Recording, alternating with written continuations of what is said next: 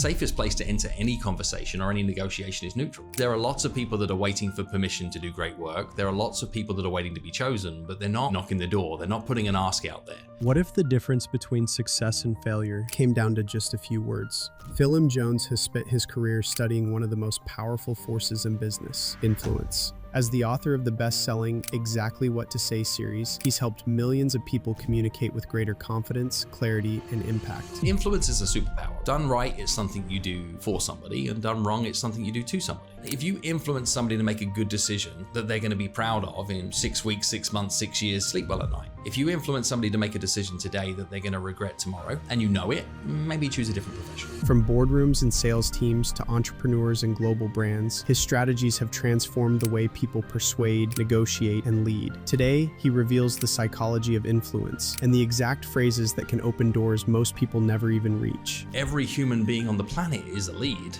if you extend the timeline long enough. Have you ever said the right thing at the wrong time? It's not that helpful, right? Have you ever said the right thing on the wrong modality? You sent a text message and it should have been a face-to-face meeting.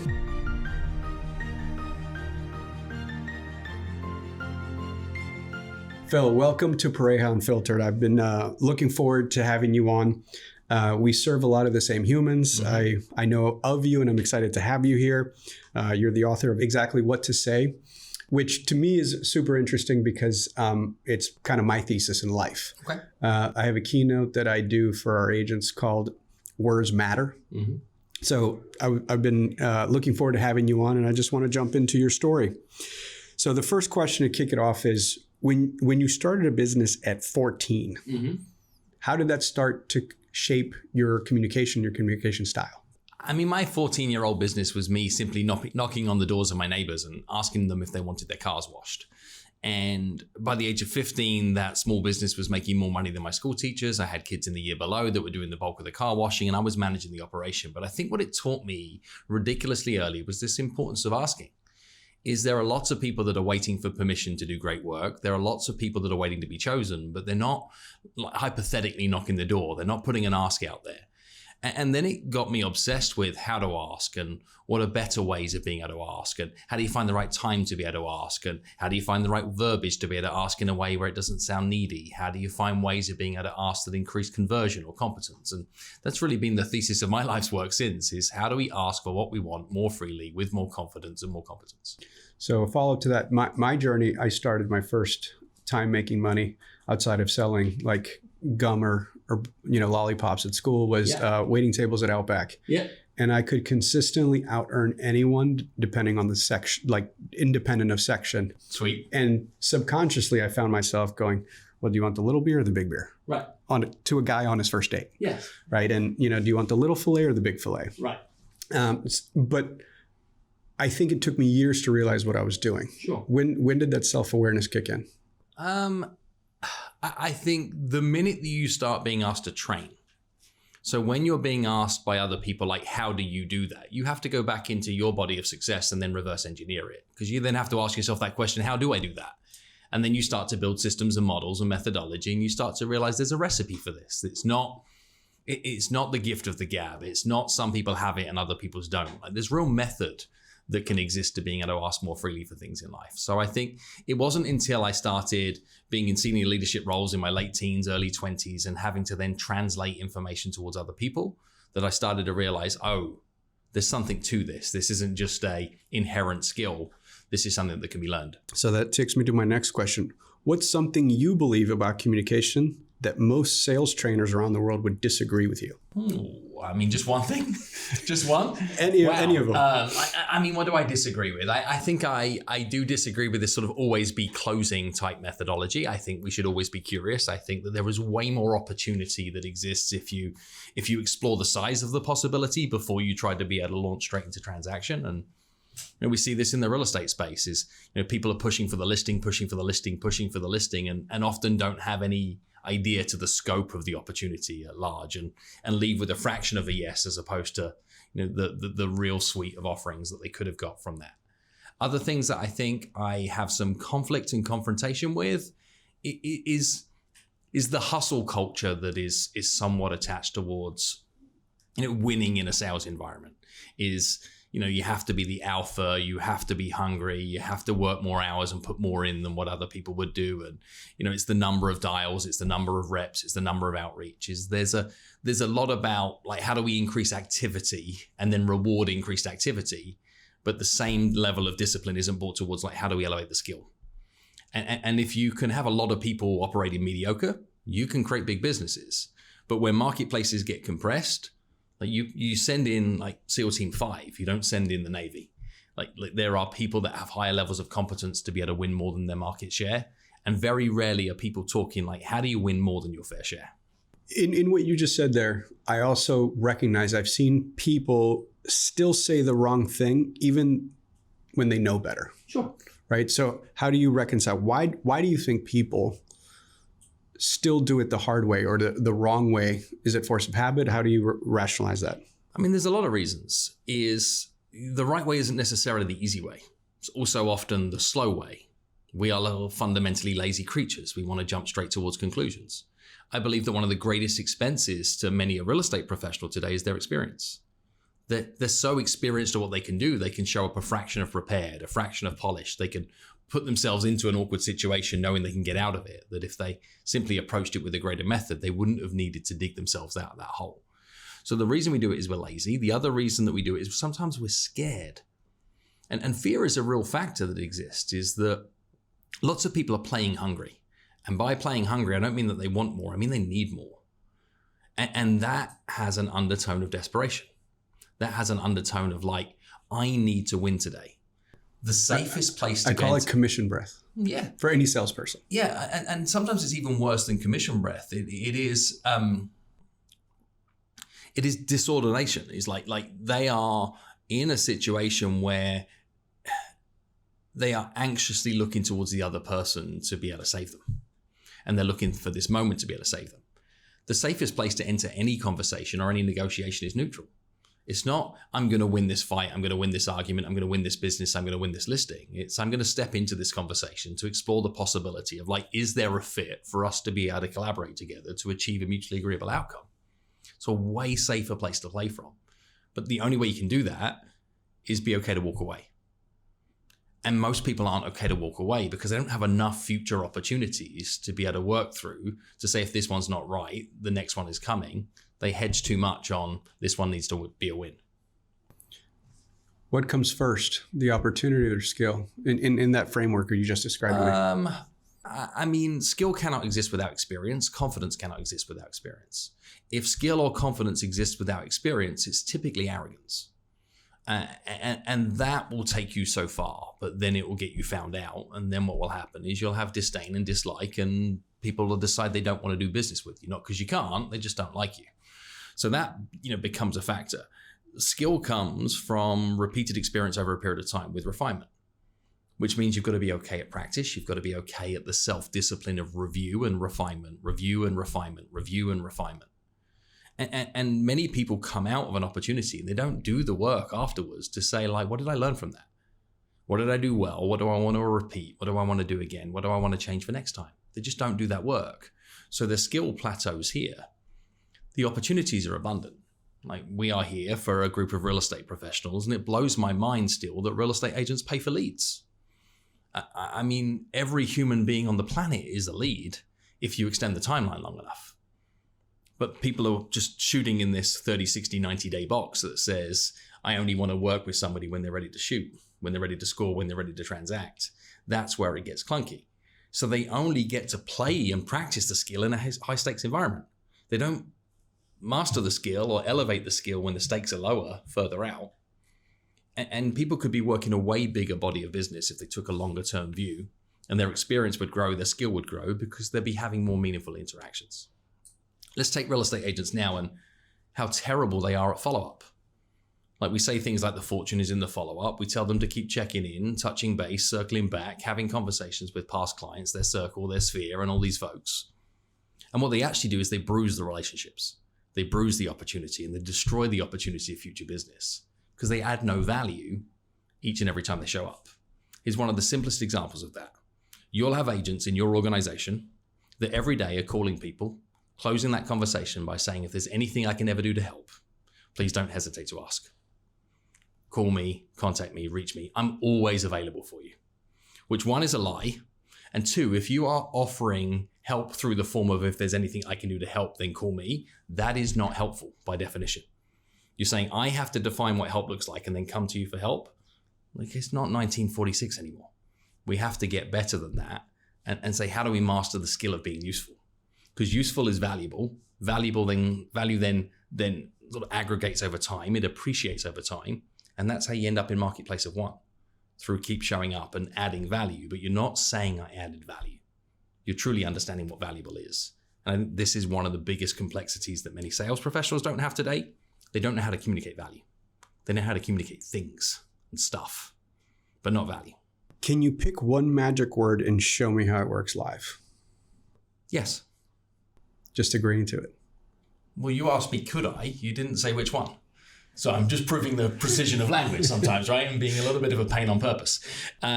Is what you meant to ask me is which of the magic words would be one that you'd reach for as an example that could demonstrate their efficiency at any given point in time.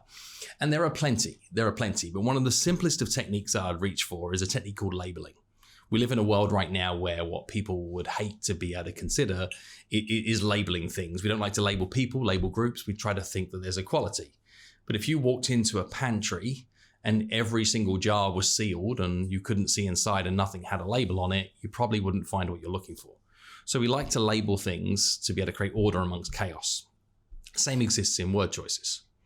See, if there were 1,000 people in a room and I said the words most people, how many people would I be talking about, Leo? A large percentage. Large percentage. What if I said many people? A smaller version of that. What if I said like almost everybody? A large percentage. Yeah, even more, right? What if I said next to nobody? A handful. Some, a few, a handful, right? What I'm doing is I'm reaching for words here, and in every one of those sequences of words, you can build a probability. You can build a percentile that comes from that. I gave you no numbers, and you created numbers. So if I wanted to tell somebody what to do without them feeling like they're being told what to do, to have them believe that it was their idea, I would simply tell them what most people would do. And if I said, here's what most people would do in this situation, your little subconscious voice in most sets of circumstances would say, well, I'm most people. So if that's what most people would do, there's a good chance I should choose to do that. And I use that sequence of words because also there's the other side of that line. Sometimes you know that you're in a conversation with somebody who's definitely not like the masses. They don't fall into the follow the crowd. See, I can use the exact same words to those same people and say, look, like don't be like most people. And instantly we get collective agreement. We're on the same page and I can direct traffic with the words most people. And it's quite simple to be able to execute. Earlier on when I asked you of the self-awareness, you said it's when you started training people in your early 20s. What did you learn about influence from managing people older than you?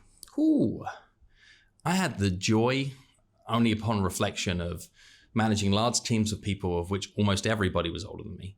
Almost everybody was more tenured. And I learned that you do not get respect from a title. If anything, if your title outweighs their perception of you, you get disrespect at scale as opposed to getting immediate respect. So I learned that I could never tell people what to do. I couldn't lead through force. I couldn't lead through being very directive. And what I started to do was just study excellence. If I could find people in the room that were doing great things, and say Rich over here on camera was number one in the company at something, and you were number 12 and you were looking to do better, I'd say, Leo, look, I've been watching what Rich does, and there's 3 things that Rich does that you don't do in your interactions with customers. And I wondered that, like, would you want to know what they are and see if those are areas that you think you could improve? So my leadership approach came from, how do I be a lingua franca for communicating the excellence of other top performers? And that then meant you had to model it. You had to then say, well, what's the method? What's the engineering? And the more I did that, the more I saw patterns. The more I did that, the more I started to see preparation ahead of known conversations. I saw people that would lean on the exact same sequences of words on repeat, on repeat, on repeat on those high stakes moments. And then you could model off of that and then train it towards others. How did you build a $240 million business with only 5 salespeople? One transaction at a time.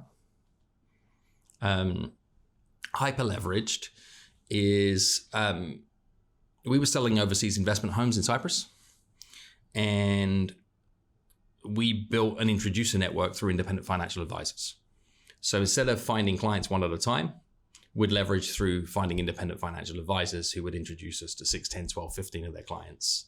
We'd do 15 to 30 units with one advisor, and then we'd roll that out. So we could do 80 to 120 units in a development building.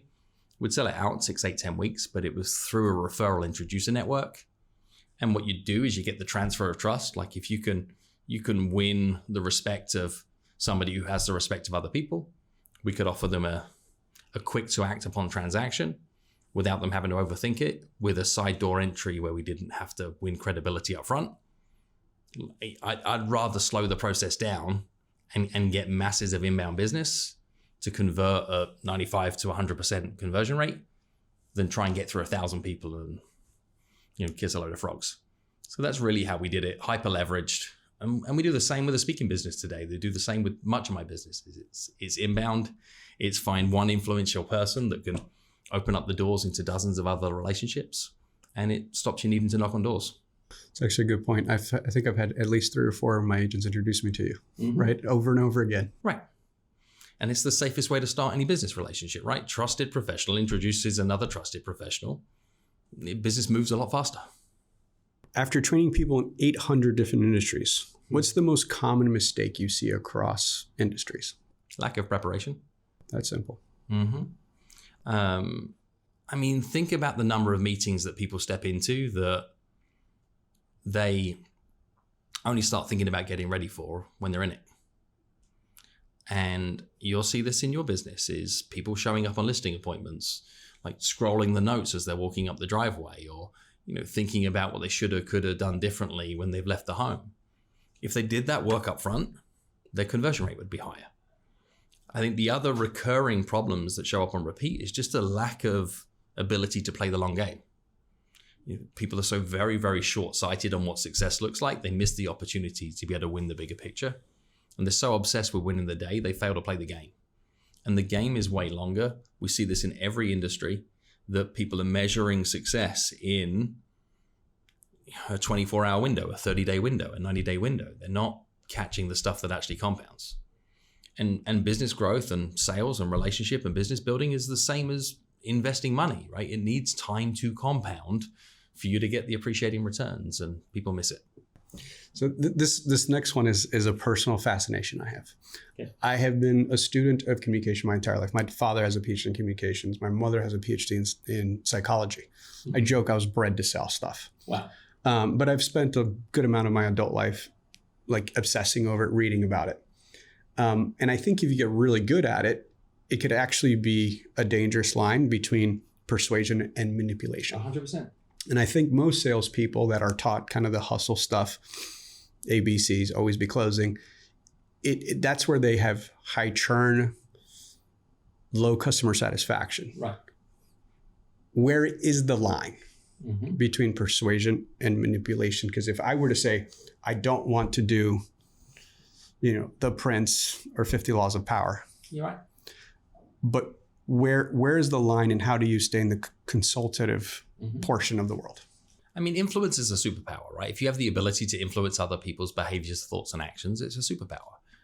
Done right, it's something you do for somebody, and done wrong, it's something you do to somebody. Now, it becomes pretty clear, like if you're doing something for somebody, you're the right side of the line. If you're doing something to somebody, you're the wrong side of the line.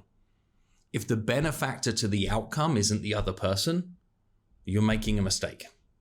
Like the win has to be on their side, with them winning first and you winning second, and now you're a superhero. If the win comes on your side of the line and at their expense, that'll run a short time. So think about it as if you influence somebody to make a good decision that they're going to be proud of in 6 weeks, 6 months, 6 years, etc., then sleep well at night. If you influence somebody to make a decision today that they're going to regret tomorrow, and you know it, maybe choose a different profession. I think of communication and words as a creative process. I say to my agents all the time, words are not descriptive, they're generative. Okay. How do you think, because mostly what we've been talking about is external communication. How do you think of what you say to yourself? A lot. We're very mean to ourselves as human beings. Very unkind. I mean, if many of those thoughts were written down or recorded or played out loud, like that person would get arrested, and that's you to you. So I think an awareness of the fact that self-talk as a byproduct is rarely kind in its first instance. So you have to find a default way of being able to train the internal voice so that it's supportive. Sometimes that is, we'll take the negative, annoying, nagging voice and give it a dialect that you don't respect. So give it the voice of the playground bully that you've got on to be able to hate. Give it the tonality of somebody you see in a movie or a TV show, or somebody that shows up politically that you're like, I fundamentally do not agree with that person. So I'm going to give that negative voice inside my self-talk that person's voice to make it instantly dismissive. The other part, though, that becomes remarkably helpful in self-talk is to give up the idea of right or wrong. If I ask a room full of people whether they want to do good at something, to do better at something, or do their best at something, what do most people pick? They want to do their best. That's what the majority of people fall into. We end up with this belief system that there's a right way and a wrong way of doing everything. And more often than not, we're not doing it the right way, so therefore we're doing it the wrong way, therefore we're a failure. We talk a lot about success and how to be more successful. What we forget is that success is a feeling. Nobody is successful. You feel successful. We both know people that on paper have outkicked any of our coverage 10 times over, and they are fundamentally miserable and wildly frustrated with their life. And then we know other people with a chip in a chair and got next to nothing, and they're remarkably happy, feel like they're living the most successful version of their life. So success is a feeling. And the greatest definition I've ever heard of success comes from an early mentor of the work that I studied, from a guy called Paul J. Meyer. And Paul J. Meyer says that success is the progressive realization of predetermined, worthwhile, and attainable goals. And there's some simplicity in that complexion. Success is the progressive realization. Not like you achieve something, you do it once. You've got to go again and again and again. Progressive realization of predetermined. Oh, you had to choose these things ahead of time. You didn't get lucky. You had to say, I want that.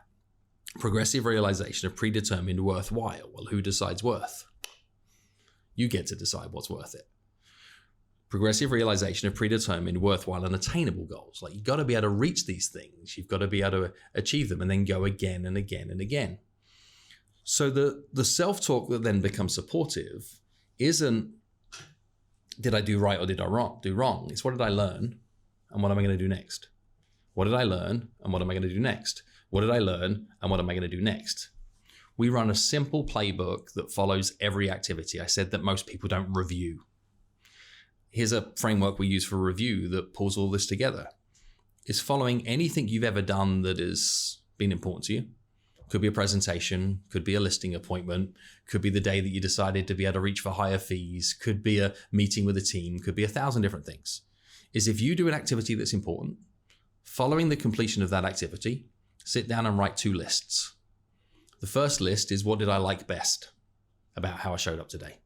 Now, you can't get to the second list until you finish this first list. And I mean, you squeeze every drop out of it. What do I like best? I liked the lighting. I liked how I showed up. I liked my energy. I liked how my hair looked. I liked that my shoes were tidy. I liked the whole thing. You want to squeeze every drop out of it. Only once you finished your list of LBs, you jump to the second list, a list of NTs, and NT stands for next time. What will I do differently next time? And then you write that list.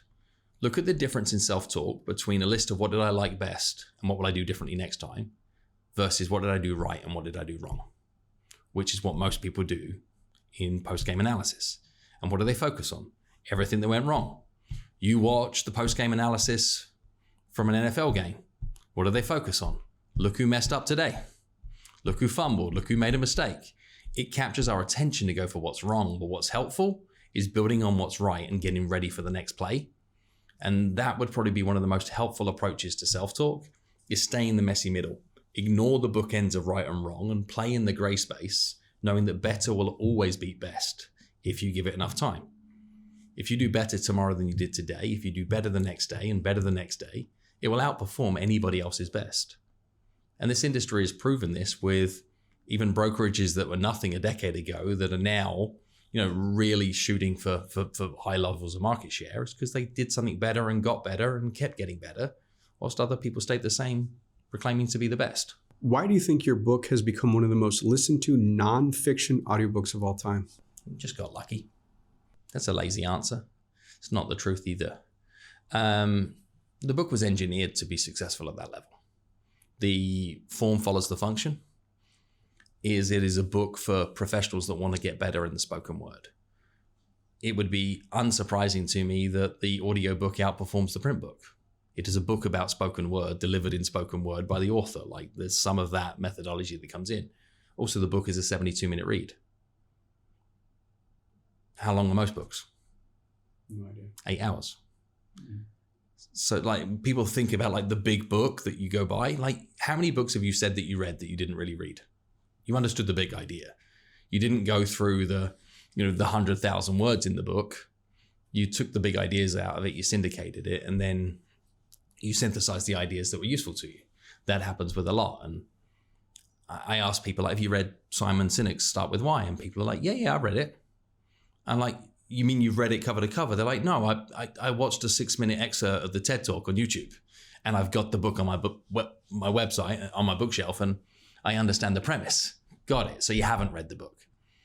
The difference with Exactly What to Say is people read it, they go back and they reread it. It's a book about spoken word. Our average listen times per user is over 7 times. So people that buy the book on Audible, they listen to the book on average 7 times. Oh, wow. And we have volume. Average listen of a normal book on Audible, 0.25. That's fascinating. What's a conversation you lost that taught you more than a conversation you won? There's hundreds of them. And they almost always show up in personal life more so than professional life. Is in our personal relationships, I think we are always quicker to judge, almost always faster to respond on impulse as opposed to be methodical and follow process. And there are countless times that, whether it's, with my wife, with my parents, with my kids, like you jump too quickly and then you quickly regret it. And every time I do it, I'm going to be like, I'm going to learn that lesson. I'm not going to do it again. And then occasionally I do it again. And I think that these are some of the lessons that you need to carry scar upon scar on after scar before you start to be able to actually, catch the lesson. And to help with that is building systems and models, is actually having processes that stop you from speaking when you should have shut up. And one of the greatest examples of words that's not even my work, it belongs to a guy called Michael Bungay-Stanier, who wrote The Coaching Habit. It is the AWE question, which is, and what else?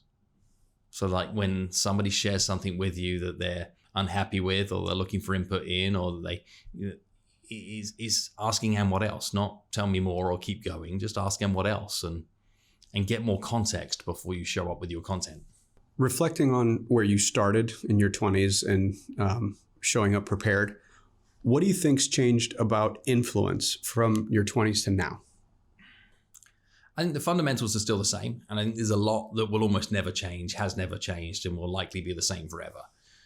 But in terms of the decision-making process in a commercial environment, the thing that is changed and is continuing to change at a rapid speed is the level of education and pre-information that exists in the other person. In almost every moment of influence, the other person knows more today than they did yesterday. Not only that, is they have fast access to more resource in the post-conversation analysis that can be applied to them instantly. So I can have an interaction with you today about something I'd like to sell to you, something you'd like to buy, something you'd like to think about. How quick can you cross-reference that data? Immediately. Somewhere like immediately. If you knew you were meeting somebody about blank, how easy is it to get ready at a level of obnoxiousness that 10 years ago you'd have needed a private investigator and 3 months worth of research, right? It is, you can do a lot of heavy lifting today in nanoseconds, and people are doing that. So they're showing up further on in the decision-making process than typically they would have been in 10 years ago. So you look at it and go, well, actually a decade ago, you won market share and you won difference because you were highly experienced, you knew a lot, you had access to information that other people didn't have. Today, it's a lot harder to win with those same attributes. You win today by helping people make complex decisions faster. You win today by being an interpreter and helping deliver insights as opposed to information. You win today by helping show somebody you understand their problem, not sell them on your solution. What happens in someone's life when they start choosing their words on purpose and carefully? Everything gets easier. Literally everything. I believe that there is not a problem in your life that cannot be solved or certainly significantly improved by knowing exactly what to say. I think it is the answer to every problem. You have a sales issue? No, you don't. You have an exactly what to say issue. You have a conversion issue? No, you don't. You have an exactly what to say issue. You have a leadership, retention, recruitment, attraction problem? No, you don't. You have an exactly what to say problem. Now, that is my belief. I'm fundamentally biased. Like, I am very heavily committed to this bit. But I do believe that if you have a change that you want to make in your life, you're a handful of asks away from it. I believe that your success in life is directly correlated to the quantity of quality asks that you make, period. Like, the reason that people don't ask is they don't know how. They don't know when. They haven't got the skill. They haven't got the words. And I think everybody listening right now could own up for it, is that they are 3, 4, 5 big asks away from a demonstrably different life. But they're waiting, not asking. They're praying, not asking. They're hoping and wishing and not asking. Now, there is nothing wrong with wishing, waiting, hoping, and praying. They're helpful, yet still all amplified by asking. So learn how to ask more skillfully, learn how to ask with more conviction and more confidence, learn how to ask without fear of them giving an answer that is not what you wanted, and your life will change. So for a final thought, it's a thought I've been having a lot lately. AI is fundamentally changing the world. Mm-hmm. And my thesis is people are average. Yes. So I'm seeing a comment I've been making on stages recently is, how many of you have a friend from high school mm-hmm. who couldn't string a sentence together and now is writing paragraphs this big on LinkedIn and Facebook? Correct. And I think people's internal measure of BS is pretty high. Yep. And we all do this. And so my thesis is that human experiences are going to be at a premium. Without question. And people who master communication and showing up are going to win disproportionately. Mm-hmm. As a final thought, how do you, A, feel free to agree or disagree, but B, more importantly, if that's how you view the world, that's what I'm doubling down on my 11 and 9-year-old. Mm-hmm. I want to give them superhuman powers of empathy and mm-hmm. communication. Modern technology is phenomenal. And I think the number of positive attributes and outputs for it are essential. Modern business is going to change forever. Like AI tools, technology, etc. Like, they're here to stay. There's plenty of good. But let's flip to the other side.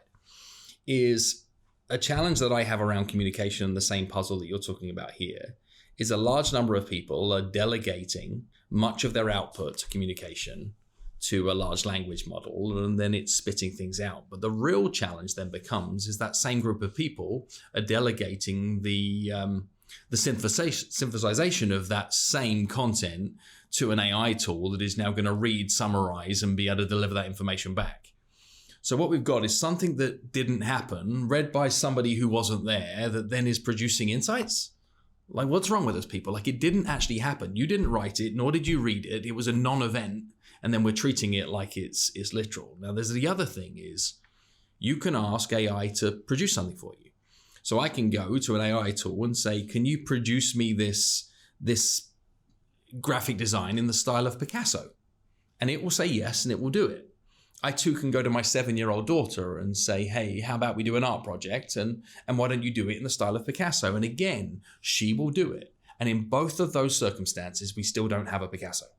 Even though both said yes, that we will execute this in the style of Picasso.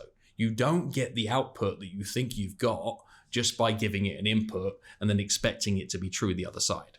So there's huge, huge risks that are coming towards that. The risk then amplifies is the expectation in that the much of mass-produced content is fake. We're not asking ourselves of a question of, did AI write this? Is this a real person? Am I watching a video? Is this Leo's real voice? We're actually coming at it the other way. We're expecting this is AI-generated content, and therefore we cannot trust it. So what's it going to mean? It's going to mean that for important business discussions, well, we're going to be in the same room. We're going to jump on a plane. We're going to want less recording devices. We're going to want to be able to interact in real person. I'm going to want to know it's you that I'm talking to. I'm going to want to know that the message that came back was written by you. And this is why, more than ever, there are 3 things that are going to influence the success of communication in every area of life. 1 is moment, 2 is modality, and then 3 is message. Everybody's focused on message. What should this say? What should the message be? What are the words? What is the script? What is the swipe file? What is the copy? What is the landing page? But we're missing the moment and the modality. Have you ever said the right thing at the wrong time? It's not that helpful, right? And have you ever said the right thing on the wrong modality? Like you sent a voice note and it should have been a dinner date. You sent a text message and it should have been a face-to-face meeting. You wrote an email and it should have been a Zoom meeting.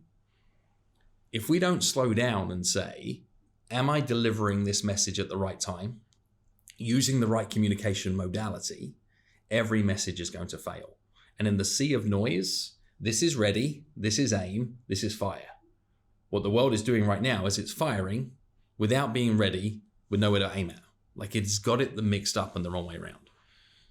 So the risk in all of this sort of communication noise is how do you cut through it, is precision. It's how do you slow down with enough precision. And I'll give one of the simplest, cleanest examples around this sort of moment modality message piece. Is many people listening in have got a child in their life or have been this child in their life that needed to make a change in behavior. Maybe something as simple as tidying their bedroom. Like we joked to that earlier today with Rich hitting the clapperboard. And the parent decides that this behavior needs to change. And they pick a moment like when the teenager is in their room in the middle of a video game with a headset on. And they choose a modality called shouting up the stairs and wonder why the behavior doesn't change. If what they did is they say, well, why don't I take a moment on this where I know that I have the full attention of this teenager, a moment where they are entirely captive and they cannot escape the conversation. They need to give me their full attention. When does that happen? Oh, it happens when they're in the car with me, when they're side by side in the passenger seat and we're the only people in the car. They cannot leave that conversation. They cannot exit, particularly if we're on the highway and we're going at 70 miles an hour. They're going to stick with me. I'm going to get my point across. We're also not head to head. This can't be an argument. We're actually side by side. The likelihood to create change whilst we're in a moving vehicle is easier to accept. We're already changing inevitably. So we can talk about change when we're changing and it starts to get accepted easier. What is the modality? It's one-on-one conversation with nobody else listening in public. Because there are other cars around as well. You can't behave irrationally when a vehicle is moving at speed. So the modality is human communication, one-on-one interaction. We're in a car side by side in a moment that we're together and nobody else is listening. The weight and strength on how important this message is delivered is now a lot less. We can say this badly at that moment using that modality and get a better result than saying it perfectly at the wrong time using the wrong modality. And what does this translate at from a real estate agent's point of view? Every real estate agent right now is making far too many phone calls to people that do not want to answer the phone. We live in the world today where nobody speaks on the telephone anymore. And I don't mean nobody. I mean that more and more people are looking to say, how do I have long-winded, important, high-stakes conversations using modalities that a decade ago would be for fast transactional moments? You done big business over text message? No. Sure. How did we get this set up? I called you. Text. Before we called. To find a moment when we could both chat in and around our family commitments that we could give it the attention. And I think the next decade will be won by the people that can use text-based communications, DM-based communications, and can create meaningful interactions using that modality better than others. And not be scared by saying this can go back and forward in a blue bubble text. So that's where, I get on my soapbox really, is like, can we think about, are we using the right modalities? And the risk is automation is destroying humanity. I got asked by a big group of realtors the other day, is like, if you could do one thing that'll improve conversion rate, what would it be? And I'm like, turn off your smart plans. Most of them are dumb because they're destroying value. They're reducing inbox equity. They're showing you that you don't know them, as opposed to building real human value and understanding the other person's circumstances. That's just my take. Well, Thank you so much for coming on the show and sharing all that insight. It was a pleasure having you on. Thank you for having me. Appreciate it.